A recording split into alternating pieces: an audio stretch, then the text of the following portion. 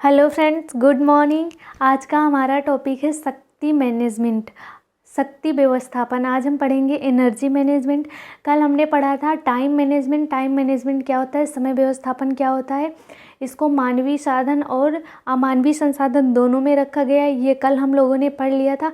मानवीय साधन को क्या कहते हैं, ह्यूमन रिसोर्स कहते हैं, और अमानवीय संसाधन को क्या कहते हैं, नॉन ह्यूमन रिसोर्स कहते हैं।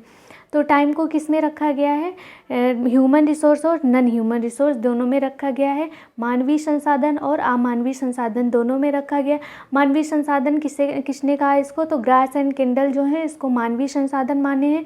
और नॉन ह्यूमन रिसोर्स या अमानवीय संसाधन किसने माना है, तो अमानवीय संसाधन निकिल और डार्सी ने माना है इसको।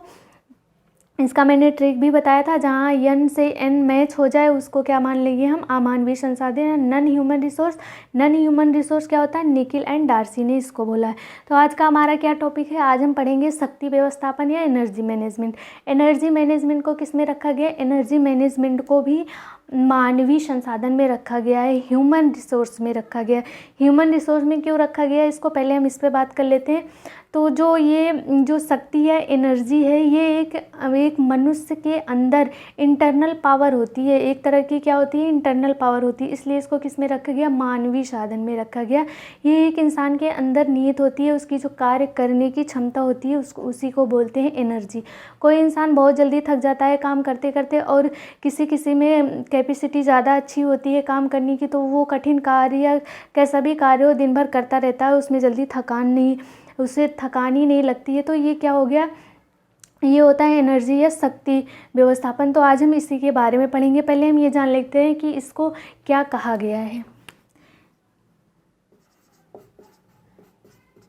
शक्ति व्यवस्थापन, शक्ति व्यवस्थापन को क्या कहा गया है, मानवीय संसाधन।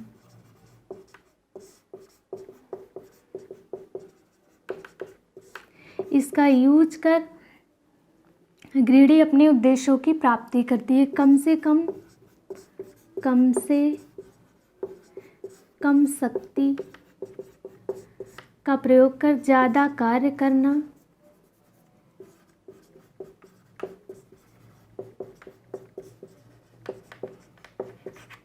और अपने उद्देश्यों को प्राप्त करना। एनर्जी मैनेजमेंट क्या होता है, कम से कम एफर्ट लगाकर, कम से कम शक्ति लगाकर या कम से कम एनर्जी एफर्ट लगाकर हम ज़्यादा से ज़्यादा कार्यों को करें।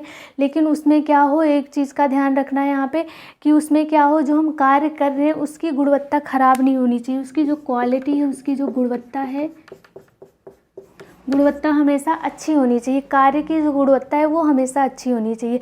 जो एनर्जी मैनेजमेंट है उसमें कम से कम शक्ति लगाकर, कम से कम एनर्जी लगाकर हम ज़्यादा से ज़्यादा कार्यों को करें। लेकिन जो उसकी कार्य करने की जो गुणवत्ता है, जो कार्य हम कर रहे हैं उसकी गुणवत्ता में कोई भी अंतर नहीं आना चाहिए।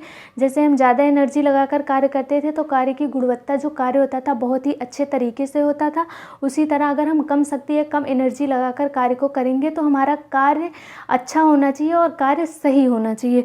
ये होता है एनर्जी मैनेजमेंट या जो शक्ति संसाधन या शक्ति व्यवस्थापन है, इसी को बोलते हैं। अब हम इसके बारे में बात करते हैं कि जो शक्ति व्यवस्थापन है ये कितने प्रकार की होती है, एनर्जी मैनेजमेंट जो है वो कितने प्रकार की होती है और कहाँ कहाँ पर लगती है। अब हम इसके बारे में बात करेंगे। तो जो एनर्जी मैनेजमेंट है वो 5 प्रकार की होती है। पहला होता है मानसिक, दूसरा होता है शारीरिक, तीसरा होता है पद, चौथा होता है चक्षु, और पांचवा क्या होता है, झुक कर या टॉर्सल जिसे बोलते हैं वो होता है। अभी हम जानेंगे ये सब होता क्या है, इसमें क्या क्या आता है, इसके एग्जाम्पल के बारे में भी हम बात करेंगे। तो अब स्टार्ट करते हैं कि ये कितने प्रकार के होते हैं।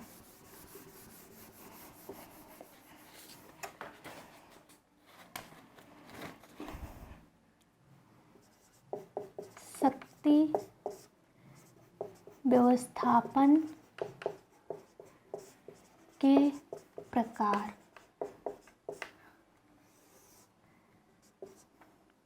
पहला क्या होता है, मानसिक, जिसे इंग्लिश में मेंटल कहते हैं, मेंटल एफर्ट। दूसरा क्या होता है, शारीरिक, इसे क्या कहते हैं? फिजिकल।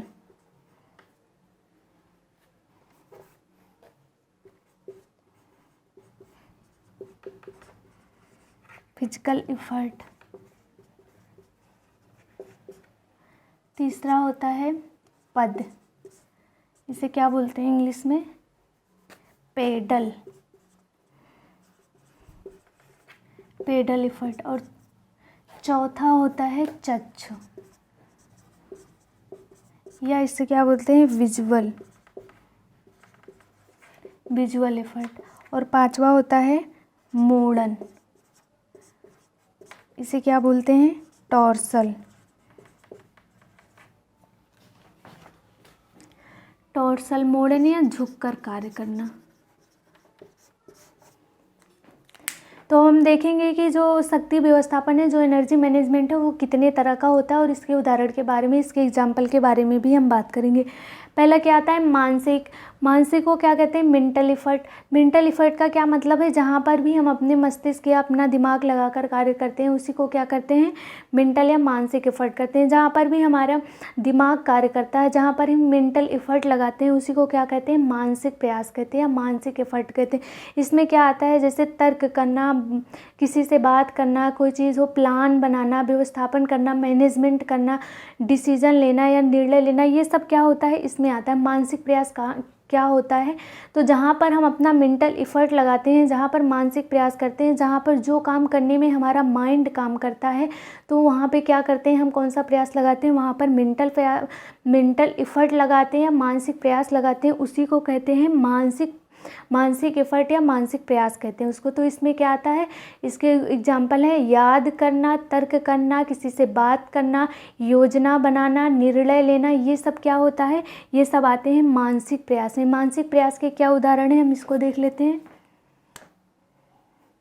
मानसिक प्रयास के उदाहरण: याद करना, निर्णय लेना,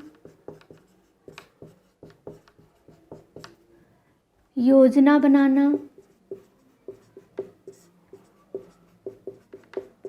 तर्क करना, विचार विमर्श करना। ये सब क्या हो गए? इतने हो गए मानसिक प्रयास या मेंटल इफर्ट हो गए। इसका क्या याद करना है? इसका बस उदाहरण हमको इसके एग्जाम्पल समझने हैं कि इसके एग्जाम्पल क्या क्या हैं। केवल एग्जाम में इसके एग्जाम्पल दे दिए जाते हैं और इसको छांटने के लिए बोला जाता है कि इसमें से मानसिक प्रयास कौन सा है या शारीरिक प्रयास या पद प्रयास कौन सा है, बस इसमें यही पूछा जाता है और कुछ भी नहीं है। तो इसके हमें उदाहरण को समझने हैं कि ये क्या होता है। अब दूसरा क्या है? दूसरा है शारीरिक प्रयास, या क्या है इसको इंग्लिश में कहते हैं फिजिकल एफर्ट। क्या होता है? तो जहाँ पर हमारा शरीर, जहाँ पर पूरी बॉडी कार्य करती है उसको क्या बोलते हैं? शारीरिक प्रयास। जैसे क्या होता है, यहाँ पर हम होम मैनेजमेंट पढ़ रहे हैं तो यहाँ पर एक गृहिणी को या एक हाउस वाइफ को सेंटर पॉइंट में रखेंगे। एक जो गृहिणी होती है या जो एक हाउस वाइफ रहती है वो केंद्र बिंदु है इसका होम मैनेजमेंट का। तो जो भी उदाहरण, जो भी एग्जाम्पल हम समझेंगे उसको किसको लेकर समझेंगे? एक हाउस वाइफ को, एक गृहिणी को लेकर समझेंगे। तो जो शारीरिक प्रयास या फिजिकल एफर्ट है, तो एक जो हाउस वाइफ होती है, एक गृहिणी होती है, वो अपना फिजिकल एफर्ट कहाँ पे लगाती है उसके बारे में हम जानेंगे। शारीरिक प्रयास जो होता है, एक गृहिणी चाहे वो बर्तन धुलना हुआ, झाड़ू पोछा करना हुआ या फिर कपड़े धुलना हुआ, कोई सामान उठाना हुआ, किसी चीज़ को दबाना हुआ या ढकेलना हुआ, ये क्या होता है? शारीरिक प्रयास में आता है। ये हमारे फिजिकल एफर्ट होते हैं। जहाँ पर हमारी बॉडी कार्य करती है उसी को क्या कहते हैं? फिजिकल एफर्ट कहते हैं। तो इसके उदाहरण क्या हैं? इसके एग्जाम्पल क्या हैं? जैसे झाड़ू पोछा, बर्तन धुलना, कपड़ा धुलना, कोई सामान उठाना, ये सब क्या है? ये सब शारीरिक प्रयास या मेंटल इफर्ट में आते हैं। अब पद क्या होता है? पेडल क्या होता है? पेडल इफर्ट कौन से होते हैं? जहाँ हम अपने पैरों से कार्य करते हैं वो क्या होता है? पेडल इफर्ट, जहाँ पर हमारे पैर कार्य करते हैं। पेडल इफर्ट या पद इफर्ट क्या होता है? जहाँ पर केवल हमारे पैर कार्य करते हैं उसको क्या बोलते हैं हम? पद इफर्ट या पेडल इफर्ट बोलते हैं। तो इसमें क्या हुआ? चलना, दौड़ना, भागना, खेलना, कूदना, ये सब क्या होता है? पद या पेडल इफर्ट होते हैं। तो इसके एग्जाम्पल क्या हैं? चलना, दौड़ना, खेलना, ये सब क्या है, ये पद इफर्ट है। और चौथा आता है चक्षु या विजुअल, क्या होता है, जहाँ पर हमारी आँखें कार्य करती हैं, जो जो जिस कार्य को करने में हम अपने आँखों का यूज़ करते हैं वो क्या होता है, वो चक्षु या विजुअल इफर्ट होता है। तो इसमें क्या होता है, किसी भी चीज़ को ढूंढना या देखना, क्या होता है, देखने का कार्य जो होता है वो आता है हमारे चक्षु या विजुअल इफर्ट में। तो यहाँ पर केवल क्या लिख देंगे हम, कोई चीज़ देखना हुआ या ढूंढना, ये क्या होता है, चौथा है चक्षु या विजुअल इफर्ट हो गया। पांचवा होता है मॉडर्न को इंग्लिश में क्या करते हैं, टॉर्सल। इसके हिंदी नाम भी याद करने हैं और इंग्लिश नेम भी याद करने हैं। कहीं कहीं इंग्लिश नेम में दिया रहता है और कहीं कहीं हिंदी नेम में। तो मॉडर्न जो होता है इसको टॉर्सल बोलते हैं। टॉर्सल मतलब होता है झुक कर कार्य करना। जो कार्य हम अब झुक कर करते हैं वहाँ पर हमारे टॉर्सल इफर्ट कार्य करते हैं। जैसे क्या हुआ, खेतों का काम करना, बागवानी करना, निराई गुड़ाई, जो है कटाई करना अनाजों की, और उसके बाद वो कोई चीज़ खुदाई करना, वहाँ पर क्या होता है, हम झुक कर कार्य करते हैं। वहाँ पर हमारे जो टॉर्सल होते हैं, टॉर्सल इफर्ट कार्य करते हैं। एड़ी के बल बैठना या घुटनों के बल बैठना, ये सब क्या होता है, मॉडर्न इफर्ट होता है। तो यहाँ पर आ जाते हैं, हम इसके एग्जांपल देखने हैं। जैसे खुदाई करना,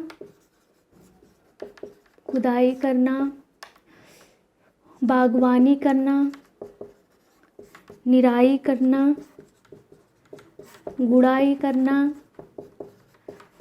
और क्या होता है, घुटनों के बल बैठना।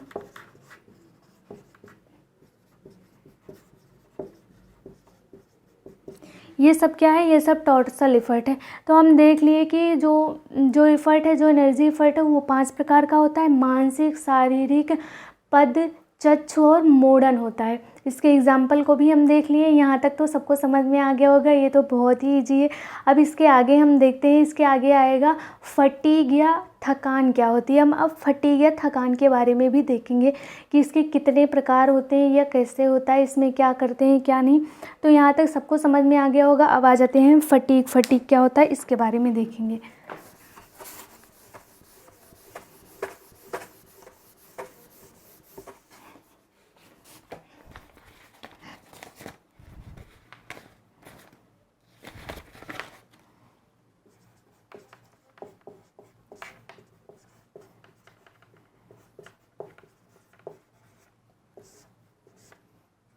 फटीग के प्रकार के बारे में देखेंगे पहले।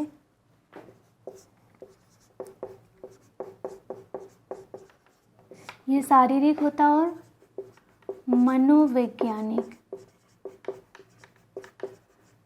मनोवैज्ञानिक को ही मानसिक कहते हैं।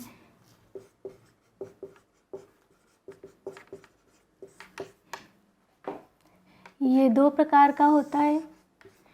एक तो होता है नीरस, जिसे क्या कहते हैं हिंदी में, बोर्डम कहते हैं इंग्लिश में। ये क्या होता है, कुंठाजन्य।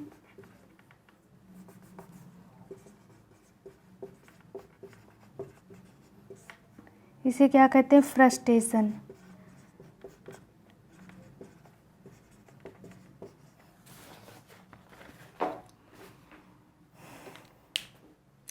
क्या होता है, जो थकान है, जो फटीग है, वो 2 प्रकार के होते हैं। पहला है शारीरिक को क्या कहते हैं, फिजिकल फटीग कहते हैं।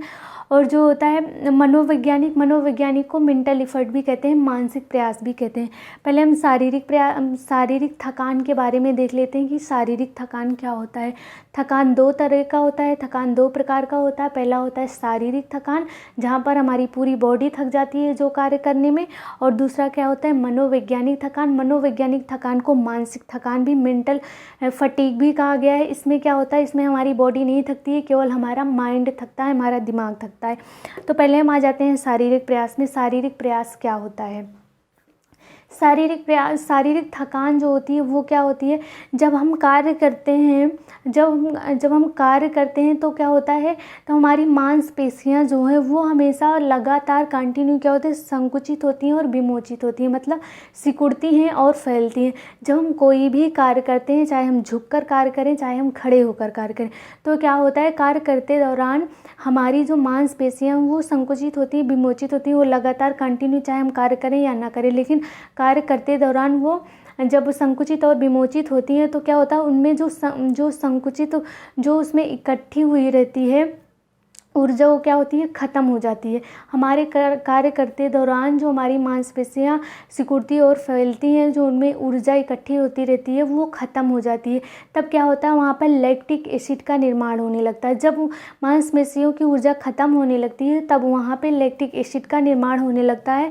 और जब लैक्टिक एसिड का निर्माण होता है तो जब उनमें हमारे शरीर में, हमारी बॉडी में ऑक्सीकरण की क्रिया अच्छी तरीके से नहीं हो पाती है, यानी कि जो ऑक्सीजन है, ऑक्सीजन की मात्रा हमारे बॉडी में अच्छे तरीके से नहीं पहुंच पाती है, और जो ऑक्सीजन लेते हैं फिर कार्बन डाइऑक्साइड छोड़ते हैं। तो जब कार्बन डाइऑक्साइड, जो ऑक्सीजन अच्छी तरीके से पूरी बॉडी में नहीं पहुंचेगी तो पूरी बॉडी से कार्बन डाइऑक्साइड भी बाहर नहीं निकलेगा। तो क्या होगा, हमारे पूरी बॉडी में जब हम झुक कर कार्य करते हैं या खड़े होकर कार्य करते हैं तो क्या होता है, लैक्टिक एसिड हमारी बॉडी में रह जाता है या जमा हो जाता है।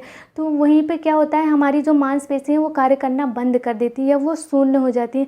तो हमें थकान फील होती है। जैसे ही हमारी बॉडी में लैक्टिक एसिड जमा होने लगता है, वो कार्बन डाइऑक्साइड के रूप में बाहर नहीं निकल पाता या उसका ऑक्सीकरण अच्छी तरीके से नहीं हो पाता, तो क्या होता है, हमारी बॉडी थक जाती है। तो हमारी बॉडी को या शारीरिक जो थकान होती है वो किसकी वजह से होती है, यहाँ पर आता है लैक्टिक एसिड।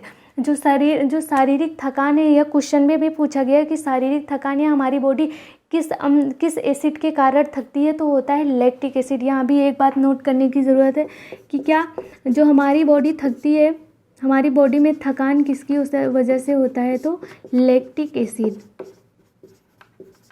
Lactic acid. शारीरिक थकान सबको समझ में आ गया हो। अब हम ये देखते हैं कि अगर हम खड़े होकर कार्य करते हैं तो हम जल्दी नहीं थकते, वहीं पर अगर हम झुककर कार्य करते हैं तो जल्दी थकते हैं।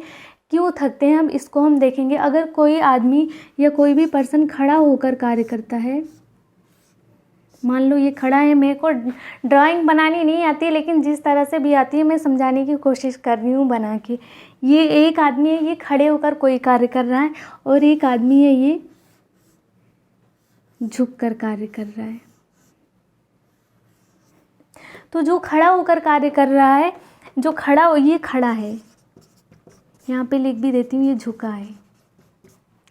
जो खड़ा होकर कार्य कर रहा है ये जल्दी क्यों नहीं थकता, तो जो पर्सन खड़ा होकर कार्य करता है उसके बॉडी में क्या होता है, ऑक्सीकरण की क्रिया प्रॉपर वे में होती रहती है। ऑक्सीजन हम अंदर लेते रहते हैं, कार्बन डाइऑक्साइड बाहर निकलती रहती है। तो हमारी बॉडी में क्या होता है, लैक्टिक एसिड नहीं बनता है, नहीं जमा हो पाता है। तो क्या होता है, इसलिए हमारी बॉडी नहीं थकती है खड़े होकर कार्य करने में, क्योंकि ऑक्सीकरण की क्रिया होती रहती है। वहीं पर जब हम झुककर कार्य करते हैं तो क्या होता है, जहाँ से हम झुके रहते हैं वहाँ पर लैक्टिक एसिड जमा होने लगता है। इससे हम जल्दी से, जब हम झुककर कार्य करते हैं तो हम बहुत जल्दी थक जाते हैं। वहाँ पे ऑक्सीकरण की क्रिया अच्छी तरीके से प्रॉपर वे में नहीं हो पाती, इसलिए हम जल्दी थकान फील करते हैं। ये हो गया शारीरिक थकान। शारीरिक थकान किस कारण होता है, किस एसिड की वजह से होता है, तो लैक्टिक एसिड की वजह से होता है। खड़े होकर कार्य करने में जल्दी नहीं थकते हैं, इसके विपरीत जो हम झुककर कार्य करते हैं तो जल्दी थक जाते हैं। ये भी क्वेश्चन में पूछा गया है। अब आ जाते हैं मनोवैज्ञानिक थकान या मानसिक थकान। ये क्या होता है, जो मानसिक थकान होता है, मेंटल एफर्ट होता है, मेंटल फटीग होता है, वो दो प्रकार का होता है। पहला तो नीरस, बोर्डम जिसे कहा गया, इसका इंग्लिश नेम भी पूछा गया इसलिए मैंने इंग्लिश नेम भी यहाँ पे मेंशन कर दिया। और दूसरा क्या होता है, कुंठाजन। कुंठाजन को इंग्लिश में क्या बोलते हैं, फ्रस्ट्रेशन। अब हम जानते हैं कि ये क्या होता है। नीरस क्या है, जब हम पूरे दिन एक ही कार्य करते रहते हैं, पूरे दिन सुबह से लेकर शाम तक एक ही तरह का कार्य करते रहते हैं, तो तब हमारे अंदर क्या उत्पन्न हो जाती है, नीरसता। उस कार्य को लेकर अरुचि पैदा हो जाती है हमारे अंदर, इसलिए इसको क्या कहा गया है, बोर्डम या नीरस कहा गया है। इसमें क्या होता है, एक ही तरीके का कार्य पूरे दिन करते रहना, एक तरह का कार्य पूरे दिन करना, ये होता है नीरसता। और यहाँ पे कुंठाजन्य क्या होता है, कुंठाजन्य थकान वह थकान होता है जो हम प्लानिंग किए रहते हैं उसके हिसाब से हम कार्य नहीं कर पाते, या तो हम अपने लक्ष्य को पाने में बार बार असफल हो जाते हैं। इसमें क्या आएगा कि हम अपने लक्ष्य को पाने में बार बार असफल होना।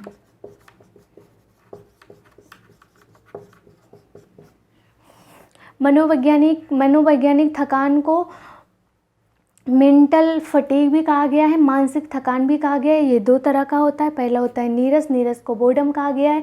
नीरस का मतलब क्या होता है, एक ही कार्य सुबह से शाम तक करना।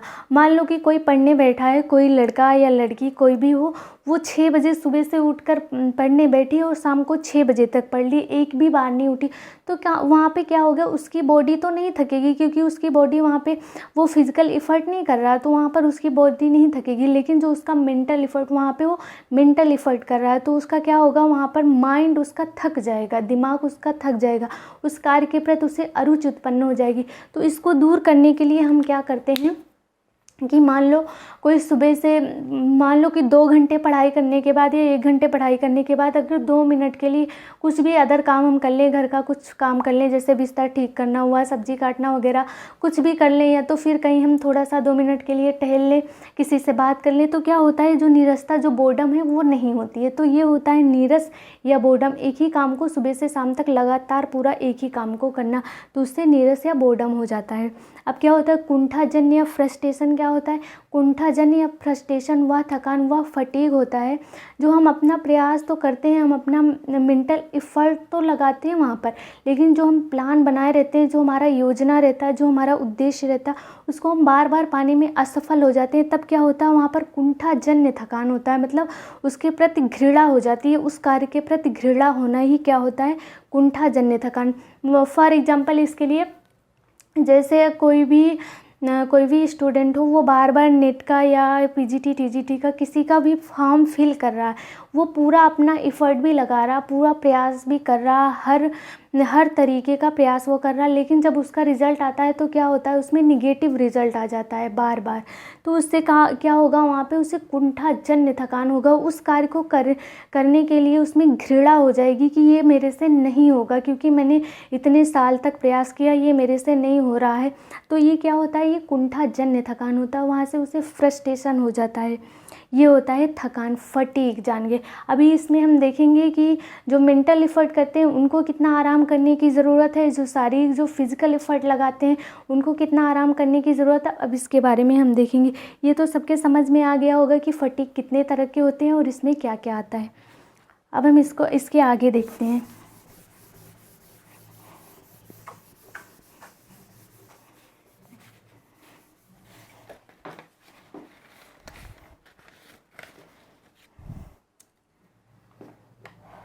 पहले हम देख लेते हैं कि जो मानसिक कार्य करते हैं, मानसिक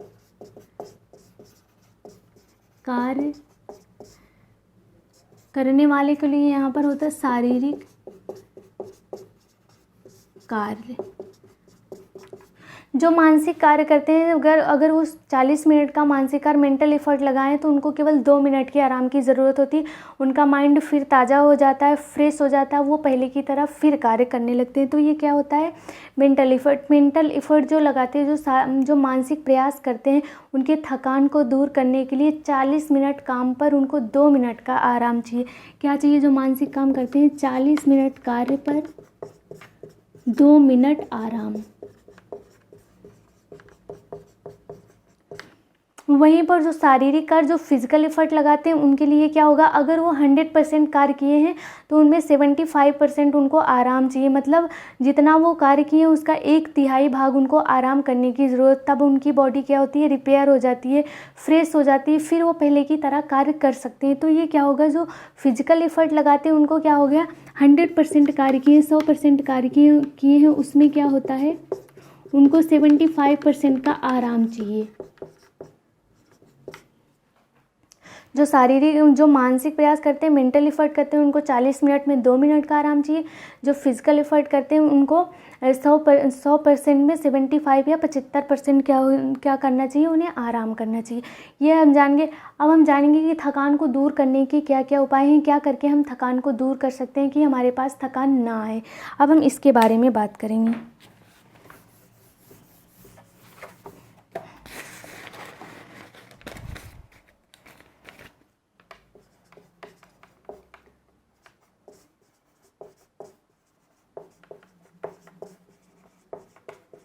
थकान दूर करने के उपाय, पहला क्या होगा, विश्राम विश्राम काल। दूसरा होगा प्रेरणा भूमिका। तीसरा होगा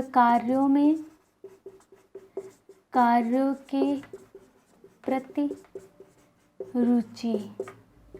चौथा क्या होगा? कार्यों में परिवर्तन।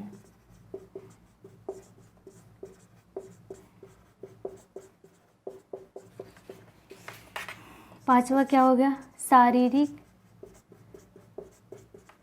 स्थिति के अनुसार कार्य।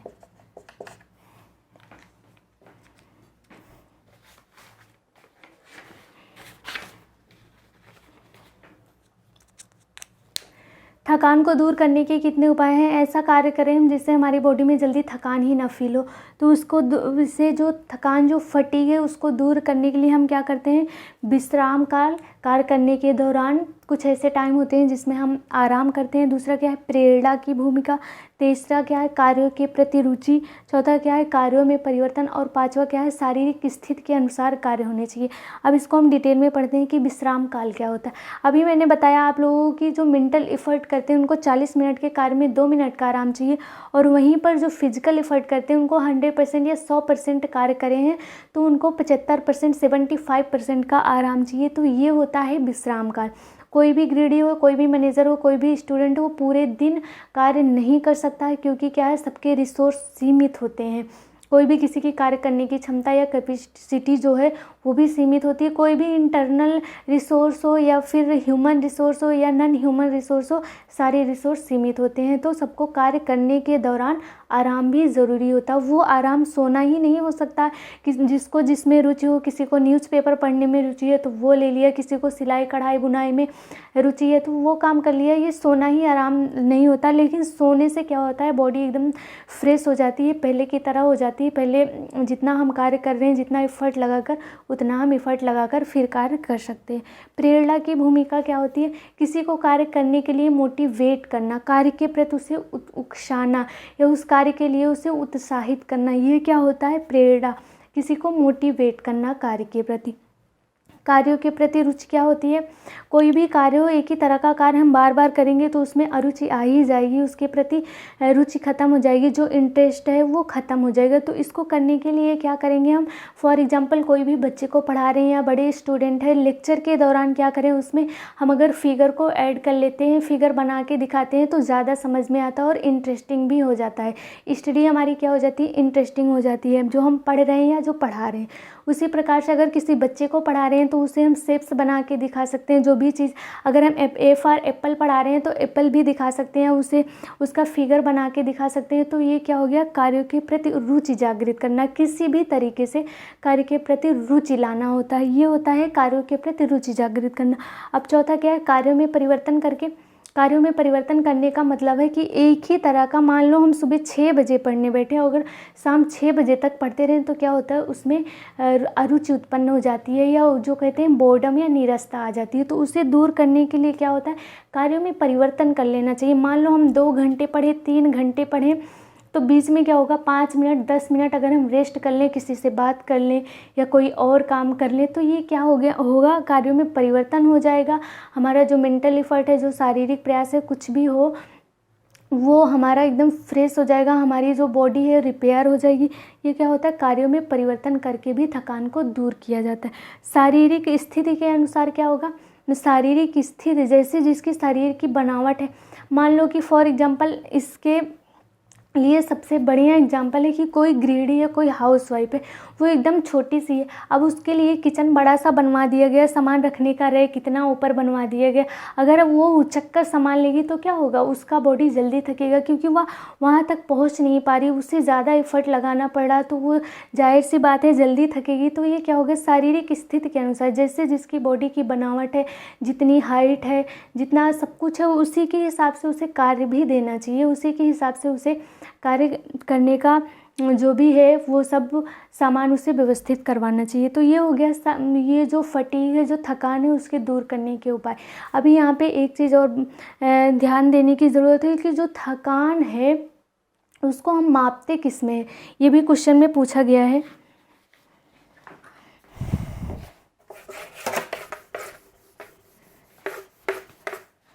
जो पेशियों की थकान है उसे किस में मापा जाता है? पेशियों की थकान को किस में मापा जाता है? ये क्वेश्चन कई बार पूछा गया। तो पेशियों की थकान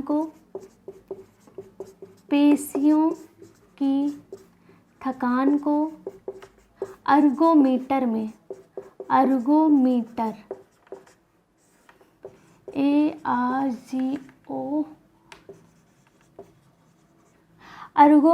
में मापा जाता है।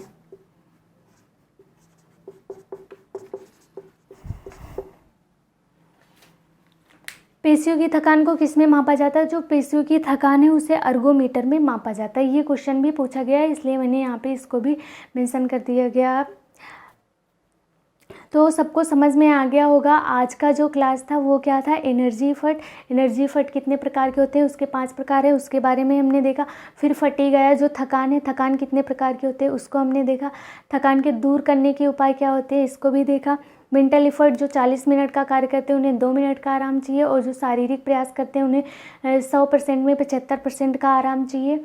और जो पेशियां हैं, जो हमारी मांसपेशियों की थकावट को किस में मापते हैं? तो अर्गोमीटर में मापते हैं। So thank you.